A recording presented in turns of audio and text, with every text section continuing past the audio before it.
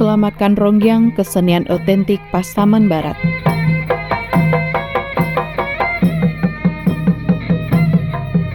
Di barat Sumatera Barat, Pasaman tumbuh dari perjumpaan Minangkabau, Mandailing, dan Jawa.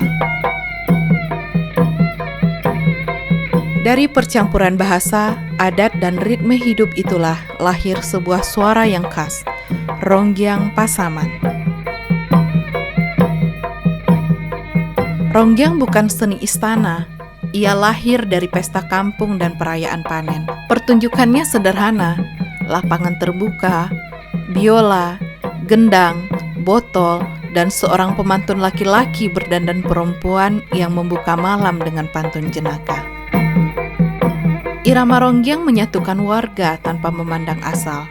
Ia menjadi dokumentasi sosial, merekam percakapan kampung, menyimpan memori kolektif, dan meneguhkan identitas Pasaman Barat.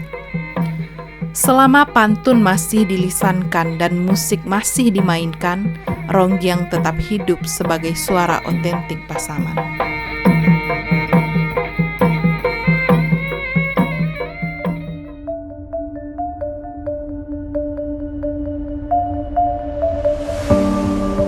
Di masa kolonial, wilayah di kaki Gunung Opir yang kini dikenal sebagai Gunung Talamau menjadi salah satu titik penting di pantai barat Sumatera. Perusahaan-perusahaan Belanda membuka konsesi besar di sini, termasuk Envicultur Maatschappij Opir yang membangun jalan kebun, barak pekerja, dan pusat pengolahan hasil perkebunan. Daerah ini bukan hanya tempat bekerja, tetapi persinggahan kolonial, tempat komoditas diangkut, administrator menetap, dan tenaga kerja dikumpulkan. Untuk menggerakkan perkebunan, kolonial mendatangkan pekerja dari berbagai wilayah. Orang Jawa tiba sebagai tenaga kontrak, orang Mandailing datang membawa tradisi musik dan cerita lisan, sementara masyarakat Minangkabau yang mendiami kampung-kampung tua di sekitar Opir membawa adat, pantun, dan struktur sosial mereka. Di antara semua tempat yang menampung pekerja itu, air dingin menjadi salah satu titik penting. Disinilah para pendatang tinggal berdampingan dengan masyarakat lokal, berbagi ruang, waktu, dan budaya. Dari kampung kecil di bawah bayang-bayang Gunung Opir ini, sebuah kesenian mulai mengambil bentuk. Pelan tetapi pasti. Kehidupan kerja di perkebunan berlangsung ketat. Para pekerja bangun sebelum matahari terbit, bekerja hingga senja, lalu kembali ke barak. Tetapi malam memberi sesuatu yang berbeda. Ruang jeda, ruang tempat mereka melepaskan lelah, menata rindu, atau sekedar menertawakan hidup. Rumah-rumah beton banyak situ. Oh, rumah-rumah bekas Belanda? Iya, bekas Belanda. Bapak itu tahun 70, nanti kita merdeka 45, berarti Iya. sudah lama ya? Ya, sudah lama. Udah puluhan tahun juga. Iya. Jopir hanya tidak ada. Orang itu kan asrama dulu di apa itu, dekat air dingin. Dekat air dingin itu asrama Belanda, perumahannya semua. Masuk sekunder ini, lurus Sana lagi, sekunder seberang air dingin.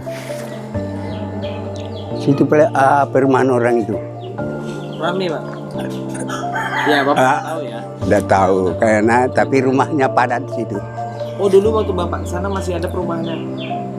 Ya perumahan beton-betonnya ya. Nah, kalau sejarah itu yang saya dengar dari sesepuh yang ada di sini, dulu ini adalah di belakang kita ini adalah pabrik. Nah, dulu pabrik kelapa sawit sudah ada relnya sampai ke Sasak, ke pelabuhannya Sasak. Kemudian ini yang di sebelah kanan kita ini adalah rumah sakit yang besar zaman Belanda. Rumah sakit yang besar, di sini pabrik dan di sini adalah perkantoran. Ini makanya ada kolam renang bangsawan Belanda waktu itu. Di dalam barak, di teras rumah kayu, atau di pelataran kampung, mereka berkumpul. Gitar tua dikeluarkan, rebana ditabuh, pantun dilontarkan sebagai cara berkomunikasi. Kadang menasehati, kadang menyindir, kadang hanya untuk membuat kawan-kawan tertawa. Pada masa itu, perempuan belum diperbolehkan tampil di ruang publik. Maka, laki-laki yang lihai menari dan memantun mengambil alih peran itu. Mereka berdandan menyerupai perempuan, bukan untuk meniru, tetapi untuk menjaga agar suara dan peran perempuan tetap hadir di ruang pertunjukan. Dari tangan dan suara mereka, tradisi tetap hidup. Dari malam-malam itulah, dari interaksi antara penduduk air dingin dan pekerja upir, lahir sebuah bentuk kesenian yang berbeda dari apapun sebelumnya. Bukan tiruan Jawa, bukan salinan Mandailing, bukan sekedar pantun Minangkabau, namun ia tumbuh dari percampuran dari adaptasi yang lahir karena kebutuhan untuk merasa dekat satu sama lain. Orang menyebutnya ronggeng. Biola menjadi jiwa pertunjukan.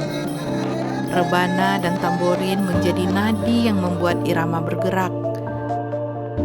Pantun adalah napas yang menghidupkan semuanya. Dalam ronggeng, satu bait pantun bisa menjadi sarana komunikasi yang halus, mengkritik tanpa melukai, menasehati tanpa menggurui, mencintai tanpa menyebut nama. Lebih dari sekedar hiburan, ronggeng adalah ruang tawar-menawar identitas, ruang tempat perbedaan budaya justru diolah menjadi harmoni, ruang tempat penduduk air dingin bersama saudara-saudara rantau dari Jawa dan Mandailing mendefinisikan siapa mereka di tanah kolonial. Ronggeng tumbuh dari sana, dari tempat kecil bernama air dingin, Opir, dari perjalanan sejarah yang keras, tetapi juga dari keinginan manusia untuk tetap saling mendengar. Dan selama malam masih mempertemukan orang-orang, selama pantun masih dilisankan dan musik tetap dimainkan, ronggeng akan tetap hidup sebagai suara pasaman yang tak pernah padam.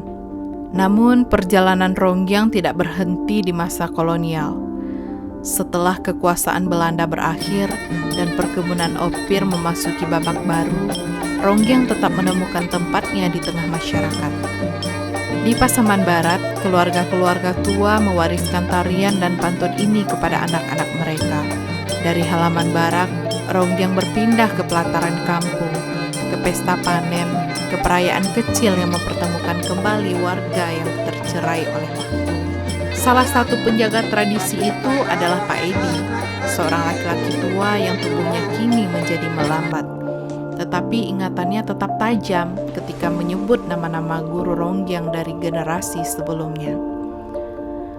Bagi Pak Edi, ronggeng bukan hanya seni pertunjukan, ia adalah kenangan tentang ayah-ayah mereka yang menari di tanah becek halaman kebun, tentang ibu-ibu yang menyimak pantun dari kejauhan, tentang malam-malam ketika seluruh kampung merasa setara di hadapan musik. Dulu, Pak Edi belajar dari para tetua yang lebih tua darinya. Kini, giliran dia meneruskannya. Untuk belajar ronggeng, apalah mulai tahun 1990. Tapi dari ketek, darah ronggeng lah mengalir ke diri apa. Kerana dalam ronggeng tadi, apa tinggal di lokasi ronggeng. Kampung bapak sampai baronggeng dek mama-mama dan kakak-kakak. Dalam itu sampai tahun 2000 bapak fokus pada ronggeng. Maka membentuk sebuah grup, nama grup bapak pertama grup Renasio di sekolah nanti. Alhamdulillah pada waktu itu Renasio berkembang sampai menjenjang rekaman. Itulah kira-kira mulai apa eksis baronggeng mulai tahun 2000. Tapi apa belajar ronggeng dari ketek lah, mandangan ronggeng lah, ikut-ikutan baronggeng pula dengan mama-mama dan kakak-kakak nandake rumah bapak. Atur kira betul. Kalau dikaji menurut dan panah apa tanya ke guru bapak almarhum Anasrul, ronggeng ko menurut pendapat guru bapak ko gurunya mengecek ke Pak Anasrul. Ronggeng ko berdiri tahun 1900 1932. Ketika masih zaman Belanda menyongsong zaman Jepang. Itulah kira-kira masa itu.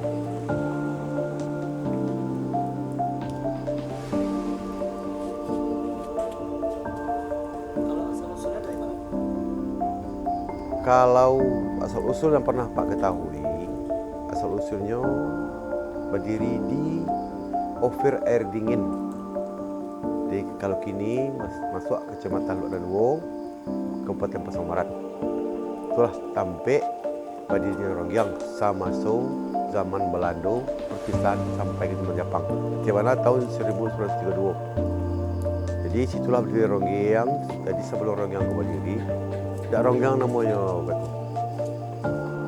guguh bedek, di mana kaleng yang dipukul. Itulah mulai awal jika bakalnya berdiri Rongyang yang dipukul oleh orang tahanan dan berdiri di tahanan di Ofir Air Dingin Wakati.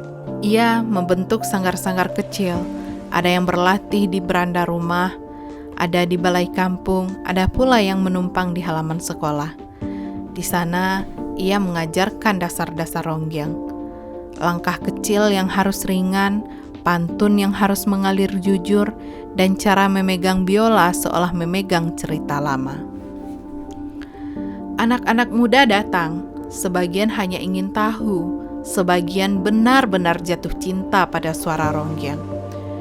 Ada yang belajar menari, ada yang belajar memantun, ada yang mencoba memainkan biola, meski suaranya masih sumbang. Pak Edi tidak pernah marah. Baginya setiap usaha adalah tanda bahwa Rongyang masih hidup. Dalam setiap latihan, Pak Edi selalu berkata, Rongyang itu bukan soal bisa atau tidak. Ini soal menjaga apa yang ditinggalkan orang dulu. Kalau bukan kita, siapa lagi? Di tengah derasnya hiburan modern, sanggar-sanggar binaan Pak Edi menjadi benteng kecil, tempat anak-anak Pasaman Barat mengenal kembali suara kampungnya. Tempat generasi muda menemukan bahwa budaya tidak hanya untuk disaksikan, tetapi diteruskan. Melalui tangan tua Pak Edi, Rongyang menemukan rumah barunya.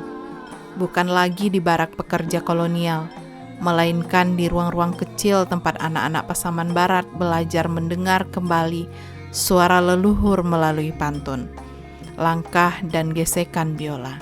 Bukan lagi di barak pekerja kolonial, melainkan di ruang-ruang kecil tempat anak-anak Pasaman Barat belajar mendengar kembali suara leluhur melalui pantun, langkah dan gesekan biola.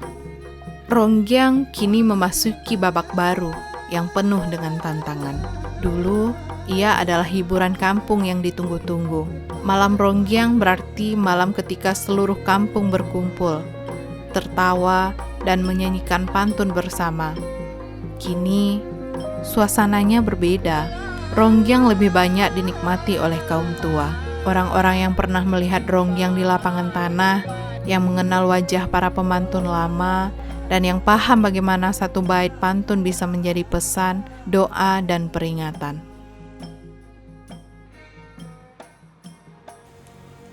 Tapi Dek Karano, dalam perjalanan Rongyang tadi di situ,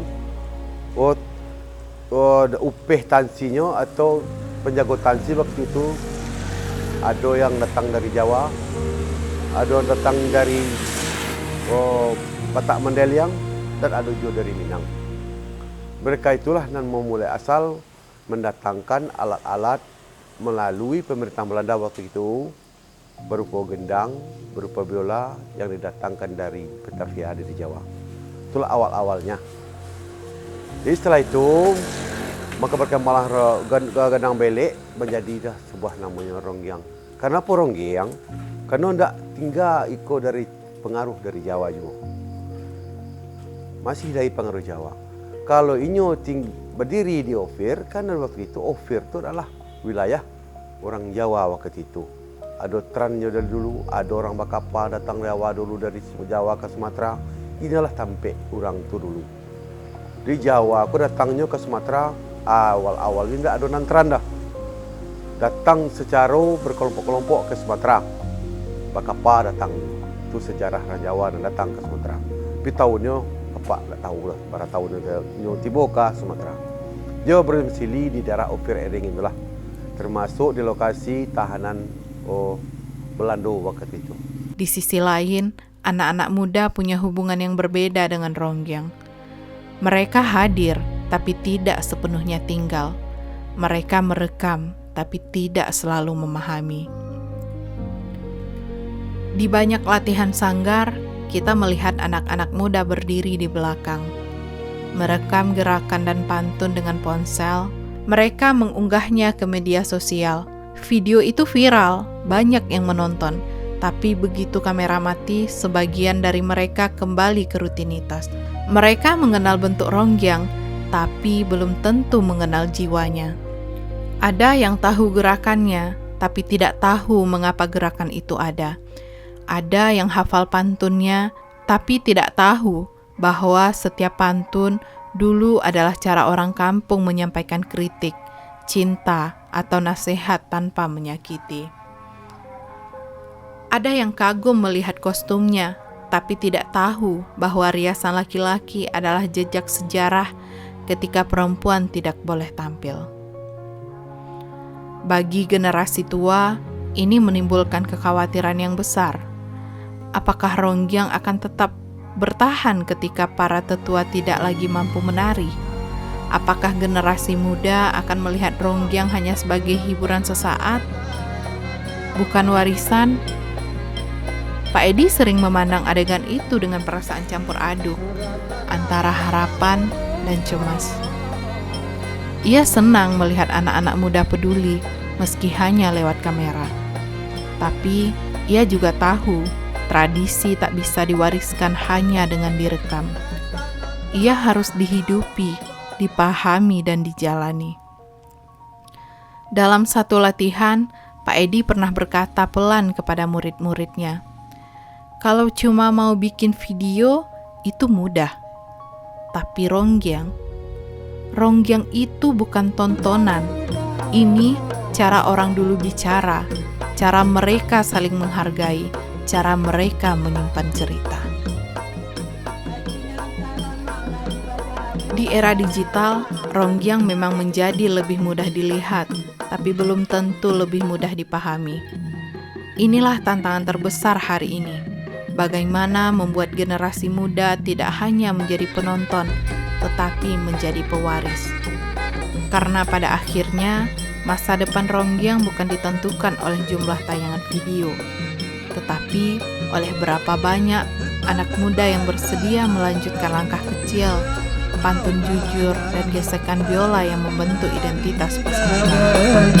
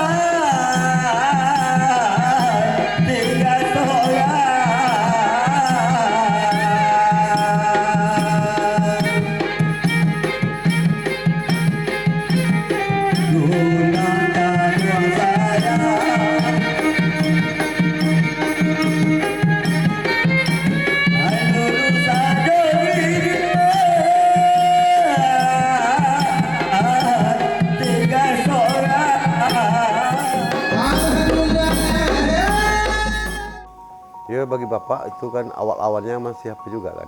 Oh, mana ya? Masih ada juga malu sedikit. Entah apalah yang dipikirkan. Yang penting Bapak nampil. Karena sebelum Bapak nampil, Bapak dulu bertanya dulu. Bertanya karena menurut ajaran Islam, laki-laki itu nggak boleh pakai wanita kan gitu kan. Maka Bapak bertanya dulu kepada salah seorang sesepuh tokoh adat atau tokoh agama yang ada di Lubuk Landur. Seperti itu. Tanya Bapak situ, boleh nggak laki-laki pakai wanita untuk rongyang? Kata Buya waktu itu tergantung pada niat kita. Itulah katanya. Kalau niat kita ingin berubah jadi wanita, berdosa. Tapi kalau niat kita hanya untuk menghibur orang, tapi sesaat kembali kita kembali laki-laki balik, nggak apa-apa. Itulah kata Buya Lubuk Landur. Makanya Bapak berani, dan setelah itu Bapak mempelajari terus bagaimana menjadi seorang penari wanita kan. Itu akhir-akhirnya Bapak belajar, namanya kan seni peran cuma. Peran dalam menari itu cuma itu aja. Seni peran, apabila Bapak sukses menari di halaman, orang terhibur, Bapak sukses dengan peran Bapak. Bapak kembali, habitat Bapak kembali sebagai laki-laki yang kokoh dan terkompanen. Maka itulah. Rongyang bukan lagi sekedar pertunjukan. Ia telah melewati abad kolonial, masa migrasi, era perkebunan, dan perubahan sosial. Ia bertahan dari zaman ketika perempuan belum boleh tampil hingga sekarang ketika ponsel menjadi panggung baru. Ia berubah tetapi tidak pernah padam. Dan hari ini, ketika dunia bergerak semakin maju, satu pertanyaan muncul. Apa arti rongyang bagi Pasaman Barat dan kemana ia akan melangkah? Di banyak kampung, terutama di Pasaman Barat, orang tua masih mengenang rongyang sebagai napas kehidupan. Di sanggar-sanggar kecil, suara biola tua masih mengiringi langkah anak-anak yang belajar menari. Di perayaan kampung, pantun masih dilontarkan, meski kadang diselingi senyum canggung dari generasi muda.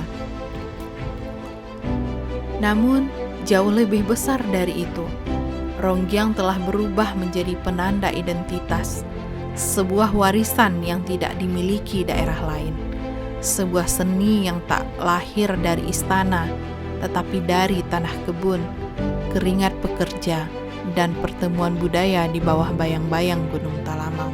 Tidak ada kesenian lain yang menyimpan perjalanan sosial Pasaman Barat seotentik rongyang. Campuran Jawa, Mandailing, Minangkabau yang melebur tanpa saling menghapus, campuran yang tumbuh bukan karena paksaan, tetapi karena kebutuhan manusia untuk bertahan dan untuk merasa dekat satu sama lain. Itulah mengapa rongyang bukan sekedar hiburan. Ia adalah karya otentik Pasaman Barat, lahir, dibesarkan, dan dijaga di tanah ini. Tapi masa depan tetap membawa tantangan sendiri. Generasi tua yang memegang ingatan awal rongyang mulai menua. Generasi muda lebih akrab dengan layar ponsel daripada suara biola. Beberapa sanggar tutup, beberapa penari berhenti, dan beberapa pemantun memilih diam. Namun di tengah kekhawatiran itu, sebuah harapan tumbuh perlahan. Dari murid-murid sanggar Pak Edi, dari anak-anak yang awalnya hanya merekam, lalu mulai bertanya. Dari remaja yang awalnya menonton, lalu mulai mencoba langkah pertama. Dari komunitas kecil yang ingin memastikan bahwa rongyang tidak hanya menjadi sejarah, tetapi masa depan. Menurut Bapak, rongyang itu asalnya dari mana, Pak? Oh, tradisi Pasaman, asli Pasaman. Pasaman atau Pasaman Barat? Sama Pasaman sama Pasaman Barat. Nah, kalau asal usulnya aslinya rongyang itu Bapak tahu nggak dari mana sebetulnya? Di mana diciptakan? Oh, ya yang para tokoh-tokoh tua dulu membentuk suatu perkumpulan, ya. Dia membentuk suatu kesenian tradisi Pasaman. Pak, apa asiknya nonton rongyang?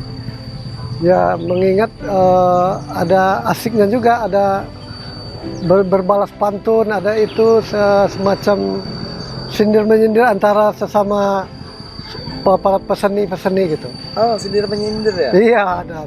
Oh, yang lain Pak selain sindir menyindir apa lagi Pak?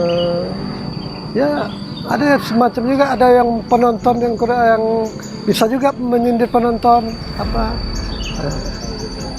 Nah, menurut Bapak, perlu nggak dilestarikan itu?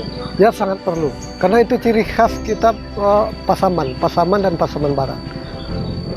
Pak, mungkin nggak kalau Ronggiang itu aslinya solusinya punya Pasaman Barat? Mungkin bisa, Kalau menurut Bapak kenapa? karena Pasaman, ya ciri khas Pasaman Barat itu yang kalau seni itu Ronggiang. Bapak tahu Ronggiang? Tahu. Menurut Bapak Ronggiang itu apa? Inilah tradisi Minang bagian mungkin Pasaman Barat, Pasaman. Ini khususnya untuk Pasaman. Ya, tradisi khasnya itu Ronggiang. Jadi menurut Bapak Ronggiang itu asalnya dari mana? Pasaman, Pasaman atau Pasaman Barat? mau Pasaman Barat. Kenapa kok bilang Ronggiang itu punya Pasaman Barat? Karena kita tahunya dari asalnya tinggal Pasaman Barat, karena kita berkecimpung di Pasaman Barat, kita tahunya di Pasaman Barat. Kapan Bapak nonton Ronggiang? Oh, tahun-tahun 80-an lah, dari kecil-kecil. Sekarang nggak pernah lagi. Nah, kurang. Mungkin Bapak tahu nggak sekarang masih ada Ronggiang itu? ada, tapi lihatnya sekilas lewat sekitar Mojandung di Batang Toman, itu aja nampaknya. Nengok, Oh, makanya ada ya, nengok. asik. Kalau menurut kakak, Ronggiang itu gimana? Ya lantaran di rumah ada persatuan, ya asik aja nengoknya bang. Gitu. Kenapa kok kakak suka sama Ronggiang? Kan katanya ada Ronggiang itu di sana. Ya. Kenapa? Apa sih uniknya Ronggiang itu? Ya bagi Yumi unik karena di rumah hobi ini nonton seluruhnya keluarga. Bapak pun ikut persatuan Ronggiang. Gitu. Makanya asik aja nengoknya pak. Ronggiang mungkin tidak lagi tampil di barak perkebunan seperti dulu. Ia mungkin tidak lagi sama persis dengan yang diajarkan para tetua. Namun, bentuk seni yang hidup tidak pernah stagnan. Ia bergerak, berubah, dan mencari ruang baru, selama masih ada yang bersedia menjaganya. Dan Pasaman Barat memiliki alasan untuk menjaganya, karena Ronggiang bukan hanya sebuah pertunjukan. Ia adalah jejak perjalanan masyarakat. Ia adalah cermin keragaman yang menyatu. Ia adalah suara lokal yang tidak dimiliki daerah manapun. Ia adalah identitas.